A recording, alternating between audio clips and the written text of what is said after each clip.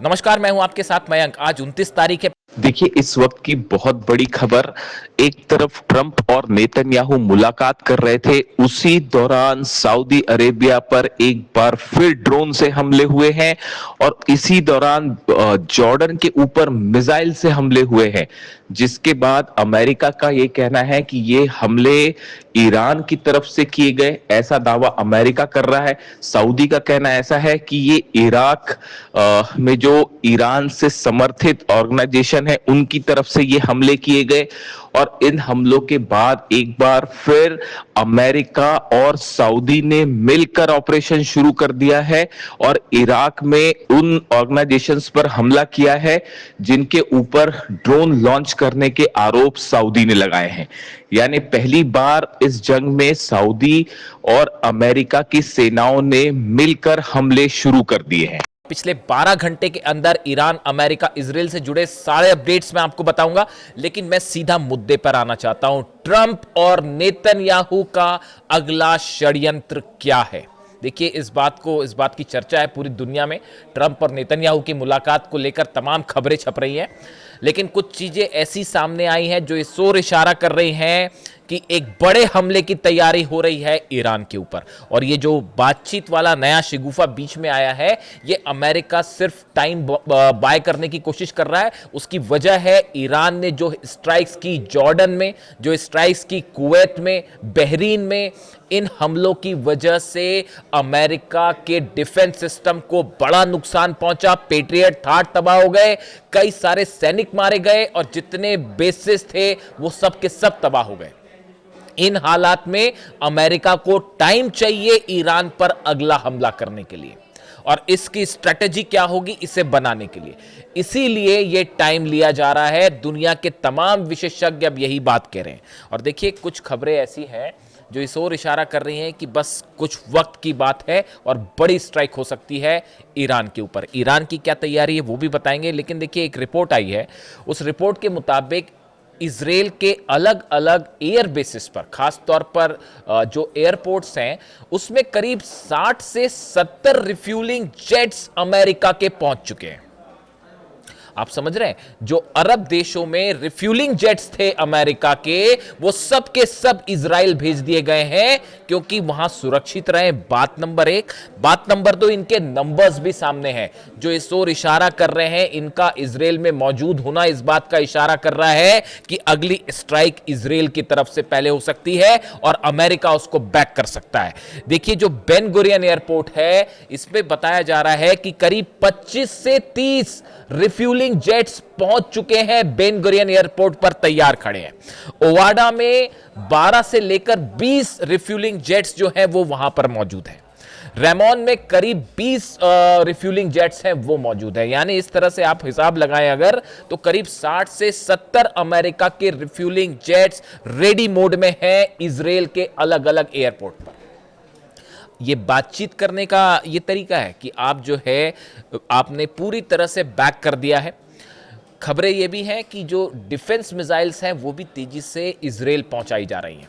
यानी अब हमले का मोड चेंज होने वाला है। अब तक जो है वो अरब देशों से हमले हो रहे थे, जॉर्डन से हमले किए। नतीजा ये हुआ, ईरान ने फतह 2 मिसाइल्स ऐसी मारी, खैबर मिसाइल्स ऐसी मारी कि जॉर्डन में जितने बेसिस थे वो पूरी तरह से तबाह हो गए। पेट्रियट सिस्टम तबाह हो गया, बंकर्स तबाह हो गए। F-15 जेट्स के ऊपर जो है वो मिसाइल्स गिरी हैं। जॉर्डन में बड़ा नुकसान पहुंचा, मिलिट्री बेस पूरी तरह से तबाह हो गया। बहरीन के 5th फ्लीट का क्या हाल है वो देखिए, वो ऑपरेशनल मोड में नहीं है। जो बहरीन की अमेरिका की नेवी का जो बेस है वो ऑपरेशनल मोड में नहीं है। कुवैत में जो हमले हुए, कुवैत में जिस तरह से बंकर्स पर हमले किए गए और जो वहां पर आग लगने की तस्वीरें सामने आई, बड़ा नुकसान हुआ। तो अब देखिए, अब स्ट्रैटेजी ये है कि अरब देशों को तो बचाने का सवाल ही नहीं है। वो आप देख रहे हैं सऊदी में क्या हो रहा है। अरामको की ऑयल इंडस्ट्री, ऑयल जो आउटलेट है, उसमें अभी तक आग लगी हुई है। यानबू में जो पाइपलाइन, जो बाईपास पाइपलाइन बनाने की कोशिश में था सऊदी, उसके ऊपर ड्रोन स्ट्राइक्स कर करके हुती ने उसको तबाह कर दिया है। और जो पोर्ट्स हैं वो खाली हो गए हैं, वहां पर कोई जहाज लेकर जाने को तैयार नहीं है। सऊदी की ऑयल इंडस्ट्री बुरी तरह से अफेक्ट हो रही है। ये लावरोव कह रहे थे ना रूस के, देखिए सब चीजें बड़ी इंटरकनेक्टेड हैं साहब। जो रूस के विदेश मंत्री लावरोव का ये बयान, उन्होंने पहले ये बात कह दी थी, ये जो सऊदी पर हमला किया हुती ने और ये जो फ्रंट खुला एक नया लाल सागर में, रेड सी में, इसके 5-6 दिन पहले ही लावरोव का बयान आया था। उन्होंने कहा था कि बाब अल मंदेब बंद हो गया तो बहुत मुश्किल हो जाएगी पूरी दुनिया का ऑयल। ये सीधी सीधी चेतावनी थी डोनाल्ड ट्रंप के लिए, लेकिन वो माने नहीं, डोनाल्ड ट्रंप माने नहीं। नतीजा आप देख लीजिए क्या है, ना सऊदी आप बचा पा रहे हो, यूएई पे भी बीच बीच में ड्रोन स्ट्राइक्स की खबरें आ जा रही हैं। 4 अलग अलग देशों पर हमले हुए पिछले 12 घंटे के अंदर, वो मैंने आपको पिछले वीडियो में बताया, इसलिए उसका जिक्र नहीं करूंगा मैं। अब देखिए हालात ये है कि ये जो तैयारी है, इजराइल की जो तैयारी है, ये बता रही है कि अगला हमला, देखिए इस बात को हर कोई समझता है, कोई डील नहीं होने वाली, ना यूरेनियम को लेकर कोई डील होने वाली है, ना न्यूक्लियर। ये देखिए, ये इस बात की, इसकी खूबसूरती ये है, इसकी अमेरिका अच्छे से जान चुका है इस बात को कि ईरान नहीं झुकेगा, ईरान को झुकाया नहीं जा सकता। अब ये बात अमेरिका के एक्सपर्ट भी समझ चुके हैं और ये बात डोनाल्ड ट्रंप को बता भी दी गई है कि ईरान कोई डील नहीं करेगा। तो अब क्या करना है, अब हमले करते हैं। नतीजा देख लो आप क्या हुआ। 40 दिन की जंग के दौरान आप जो है वो बहुत बुरा पिटे, सारे 15-16 बेसिस तबाह होने का मतलब आप समझ रहे हो। उसके बाद दूसरे एफर्ट किया गया, जॉर्डन का क्या हाल हुआ, कुवैत का क्या हाल हुआ, आप देख लीजिए, नंबर सामने आएंगे वहां पे। मेरे हिसाब से 20 से ज्यादा प्लेन तबाह हुए। तो अब वो स्ट्रैटेजी भी काम नहीं कर रही। अब हॉर्मुज की आप बात कर लो, हॉर्मुज में तो एक नई सिचुएशन खड़ी हो गई है।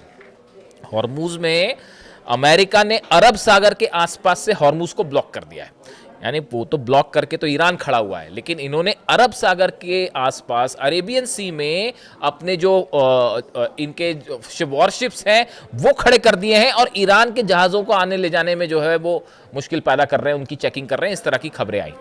नतीजा ये है, ईरान की तरफ से एक बड़ी वार्निंग दे दी गई है कि अगर ये चलता रहा, ये अगर इस तरह से हमारे जहाज़ों को रोकने की कोशिश हुई तो हम इसको एग्रेशन मानेंगे और इसका जवाब हमलों से दिया जाएगा। ये जो 4 देशों में हमले हुए, जो इजराइल में जो 2 ड्रोन आए, जॉर्डन में 2 ड्रोन गए, इराक में जो ड्रोन स्ट्राइक हुई और सऊदी पर ड्रोन स्ट्राइक हुई। सऊदी की ड्रोन स्ट्राइक यमन से नहीं की गई थी, वो इराक से की गई थी। इराक के बेसिस से वो ड्रोन फायर किए गए थे और इराक से ड्रोन फायर किसके कहने पर होगा, आप समझ सकते हो। बिना ईरान के परमिशन के वहां से कोई संगठन जो है ड्रोन फायर नहीं करेगा सऊदी पे। तो ये जो ऑयल, आप ईरान की ऑयल इंडस्ट्री को अगर नुकसान पहुंचाने की कोशिश करेंगे तो सऊदी की ऑयल इंडस्ट्री भी जलेगी, यूएई की भी जलेगी और बाकी देशों का हाल आपने देख लिया क्या है। आज बाब अल मंदेब से निकाल के दिखाइए कोई शिप, आप निकाल पाएंगे? नहीं निकाल पाएंगे। सैटेलाइट से देख लीजिए, सऊदी के जितने पोर्ट्स हैं वो खाली पड़े हुए हैं, जहाज हटा लिए गए वहां से। इंश्योरेंस कंपनी कह रही साहब हम जो है इंश्योरेंस नहीं करेंगे वरना आपका जहाज जलना तय है। अब आप हालात देख लीजिए क्या है। अच्छा, इसी बीच जो है वो एक नई खबर आ गई है। नई खबर ये आ गई है कि अब्बास अराक्ची विदेश मंत्री और रूस के विदेश मंत्री लावरोव के बीच में एक बड़ा फोन कॉल डिस्कशन हुआ है और जिसके बाद रूस और ईरान की सेना के अधिकारियों के बीच में एक बड़ी स्ट्रैटेजी तैयार हुई है। अब ये स्ट्रैटेजी, अब रूस की फौज की एंट्री हो गई है इसमें, और फौज की एंट्री कैसे हुई? यूक्रेन की वजह से। जो कैस्पियन सी में ईरान के जहाज पर, जो कि रूस से ईरान आ रहा था, और ये कहा गया कि भाई ये हथियार सप्लाई हो रहे हैं, इस तरह की बात कही गई, उस पर जेलेंस्की की तरफ से हमले किए गए। आप देखिए कितना डिस्टेंस है, उसके बाद भी जो है वो कैस्पियन सी में ईरान के जहाज पर हमला हुआ। उसके बाद से ये माना जा रहा है अमेरिका की स्ट्रेटेजी ये है यूक्रेन को ईरान से भिड़ा दिया जाए, इजराइल को हमले करने दिया जाए ईरान के ऊपर। कोशिश ये थी कि सऊदी को इन्वॉल्व किया जाए लेकिन सऊदी का हाल ऐसा हो गया है कि वो खुद ही जो है वो हूती से नहीं निपट पा रहे, तो ईरान से क्या निपटोगे आप, तो वो अलग स्थिति वहां पे खड़ी हुई है। अरामको में, ऑयल इंडस्ट्री में, ऑयल यूनिट पे जो आग लगी, यानबू में पाइपलाइन में जिस तरह से हमले हुए, ये हमले आप रोक लेते, अमेरिका का पेट्रियट थर्ड रोक लेता है, इस हमलों को नहीं रोक पाया। भाई कोई हूती की सेना तो घुस के हमले किए नहीं, हूती ने जैसे कोई घुस के ग्राउंड ऑपरेशन तो हुआ नहीं, एयर स्ट्राइक सी हुई ना, ड्रोन से ही हमले हुए, मिसाइल से हमले हुए, रोक लेता डिफेंस सिस्टम। तो आप जब अरामको जैसी बड़ी कंपनी को सऊदी और अमेरिका का पेट्रियट और थर्ड नहीं बचा पा रहा है, तो अगर पूरी तरह से ईरान ने मिसाइल मारनी शुरू कर दी फिर क्या होगा, जरा अंदाज लगाइए। तो प्लान ये था कि ईरान के खिलाफ यूक्रेन की एंट्री करवाई जाए। यूक्रेन तो वैसी जंग में है, यूक्रेन तो वैसी जंग में है, वैसी हमले हो रहे हैं, उसको क्या फर्क पड़ता है, एक तरफ और खोल दिया जाएगा फ्रंट। अगर अमेरिका चाहेगा तो खोल ही देगा। यूक्रेन कोई अपनी जंग थोड़ी लड़ रहा है, वो तो यूरोप और अमेरिका के बिहाफ पे ये जंग लड़ रहा है ना। तो अब मामला ये है कि कोशिश ये थी कि यूक्रेन जो है वो एक फ्रंट खोल ले ईरान को लेकर। इसी बात को लेकर अब्बास अराक्ची और इसी मुद्दे पर अब्बास अराक्ची और रूस के विदेश मंत्री लावरोव के बीच में बड़ी चर्चा हुई और इसमें बताया जाता है, यह तय किया गया है अगर यूक्रेन के साथ ईरान की जंग होती है तो इस बार ईरान के साथ रूस की सेना मिलकर जंग करेगी। इस तरह के इनपुट्स हैं और इसकी एक बड़ी वजह यह भी है, बताया जाता है कि ये पूरी जानकारी व्लादिमीर पुतिन को भी दी गई है। पुतिन का एक बड़ा इंटरेस्टिंग बयान है जो ध्यान रखना होगा। Speaking to Russian navy officers, रूस के नेवी ऑफिसर्स से बात कर रहे थे पुतिन। इस दौरान उन्होंने कहा, the Russian president held Iran's mosquito fleet as an effective example of modern asymmetric naval warfare. रूस के नेवी के अधिकारियों से बात करते हुए पुतिन ने यह कहा कि ईरान की जो मॉस्किटो फ्लीट है, जो छोटी बोट्स है, आशुरा कहते हैं जिसे, इसका जिस तरह से ईरान ने इस्तेमाल किया है अमेरिका के खिलाफ, वो बहुत ही सटीक है, बहुत ही घातक है। और उन्होंने अपनी नेवी को भी आदेश दिया कि भाई जिस तरह से ईरान ये मॉस्किटो फ्लीट का इस्तेमाल कर रहा है, आप भी इसी तरह से डेवलप करिए यूक्रेन के खिलाफ और अमेरिका के खिलाफ इसी तरह की आप भी तैयारी कीजिए। Instead of relying on massive warship, Iran has built a force of fast attack boats and Gadir class submarines capable of launching surprise strikes and disappearing into hidden coastal tunnels. उन्होंने ये भी कहा कि भाई ईरान की जो ये गदीर class की जो सबमरीन्स हैं और ये छोटी बोट्स हैं, ये अमेरिका के वॉरशिप पर हमला करती है और जो टनल्स हैं वहां पर समुद्र के किनारे, उसमें आकर जो है वो गायब हो जाती है और अमेरिका पता ही नहीं चल पाता अमेरिका को कि कहां से हमले हो रहे हैं। ये बहुत ही इफेक्टिव तरीका है। यानी ईरान की युद्ध नीति की अब पुतिन भी तारीफ कर रहे हैं। नहीं, मैं तो तारीफ कर ही रहा था, लेकिन मैं तारीफ कर रहा था तो कई लोगों को आपत्ति हो रही थी इस बात में। मैंने पहले ही आपको ये कहा था, जिस दिन अली खामनेई साहब का असैसिनेशन हुआ तो उस समय कुछ लोग मेरी हंसी उड़ा रहे थे कि अब तो बस ईरान 4-5 दिन की और बात है और अमेरिका तो अब पूरा ईरान जो है इतना बम्बार्डमेंट करेगा कि ईरान सरेंडर कर देगा, ईरान खत्म हो जाएगा। मैंने उनको उस वक्त सिर्फ एक जवाब दिया था 28 तारीख को कि ईरान किसी कीमत पे, किसी सूरत में कोई ईरान को नहीं हरा सकता। लोग मेरी हंसी उड़ा रहे थे कई। बात देखिए 5 महीने बाद आप कहां खड़े हैं और अब पुतिन भी जो है वो वॉर स्ट्रेटेजी सीखी जा रही है ईरान से कि कैसे दुनिया के सुपर पावर को घुटने पर लाया जाता है। ये आप ईरान से सीखिए। ये बात कह रहे हैं पुतिन, अपनी नेवी को बता रहे हैं कि जैसे इसने मारा है वैसे ही मारना सीखिए। ये पुतिन, ये कितनी बड़ी बात है। आप देखिए कितने हमले हुए, आप बुशर का हाल देखिए, बुशर में कितने ज्यादा हमले हुए हैं, न्यूक्लियर प्लांट के आसपास कितने शहरों पर हमले हुए ईरान में, बताइए।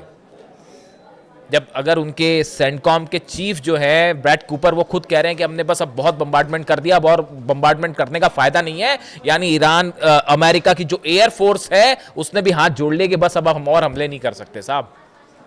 ये है पावर ईरान का, ये पावर है ईरान का। कुछ लोग मेरी इस बात से असहमत हो सकते हैं, लेकिन 5 में हकीकत देखिए। आज नेतन्याहू और डोनाल्ड ट्रंप की ये मुलाकात, अगले षड्यंत्र की तैयारी, और उधर दूसरी तरफ ईरान ने भी तैयारी कर ली जबरदस्त। और वो ये कह रहा है कि अगर अब की बार हम पर हमला होता है तो इस बार पूरा इंफ्रास्ट्रक्चर की लिस्ट बना रखी है उन्होंने। इजराइल के 20 ठिकानों की लिस्ट तैयार है और वो खैबर मिसाइल्स भी तैयार है कि आप हमला करिए, उसके बाद हम बताते हैं।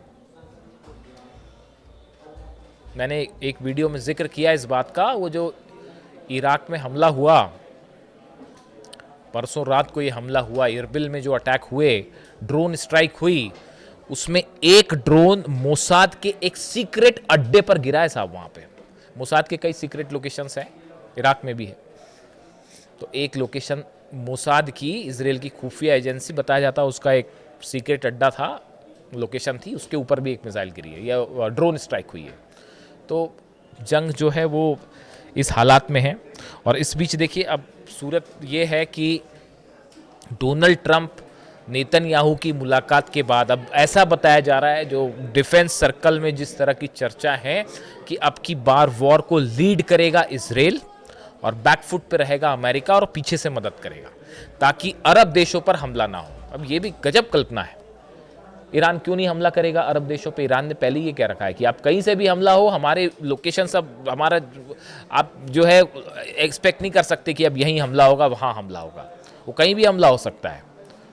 इसीलिए ब्रिटेन तैयारी कर रहा है कि डिएगो गार्सिया पर भी हमला हो सकता है और उस फोर्ड एयरबेस पर भी हमला हो सकता है जहाँ से B-1 बॉम्बर उड़े थे। तो इंग्लैंड तक हमला हो सकता है। अब यूरोप के बेसिस को निशाना बनाया जा सकता है, नेटो के बेसिस को निशाना बना सकता है, अरब के बेस तो जलेंगे और इजराइल का तो जो हाल होगा वो होगा। इस बीच कुल मिला के अब बात यह है कि भले नेतन्याहू और ट्रंप ने जो भी रणनीति बनाई हो ईरान से लड़ने की, एक बड़ी रणनीति काउंटर करने की रूस और ईरान की भी तैयार है और चाइना तो बैकअप कर ही रहा है। यानी जंग जोरदार होगी साहब, फिर से एक बार होगी और ये टाइम बाय किया जा रहा है। सिर्फ अमेरिका फिर से अपने जो है मार पड़ी है इतनी, तो फिर से खड़े होने की तैयारी में है कि अब कैसे क्या किया जाए। डील वील तो कुछ नहीं हो रही, बस तरीका यही है, या तो अमेरिका जो है वो हाथ जोड़े और निकल लें यहाँ से। अरब, वो पहले ही ईरान कह रहा है कि भैया अरब खाली करो, अरब हमारा है, ये देश आसपास के देशों की ये ज़मीन है, आसपास के देशों की जो है वो पर्शियन गल्फ है, आपका यहाँ का काम, आप निकलिए यहाँ से। तो या तो वो ये मान ले और निकल ले यहाँ से। अब डोनाल्ड ट्रंप पीट हेग्सेथ के ऊपर आरोप लगाते कि भाई इनकी रणनीति थी, वो एक अलग बात है। फिर अब आप देख लो किससे हारे हो, किसके कहने से हारे हो, एक अलग बात है। लेकिन ईरान जीत रहा है, इसमें कोई शक नहीं है। और अगर हमला होता है, लेकिन ऐसी इनपुट है कि एक बार फिर स्ट्राइक हो सकती है और इजराइल की तरफ से जंग की शुरुआत हो सकती है। जो भी अपडेट होगा आप तक फ़ौरन पहुँचाऊंगा। वीडियो कैसा लगा कमेंट करके ज़रूर बताइए। Thank you so much.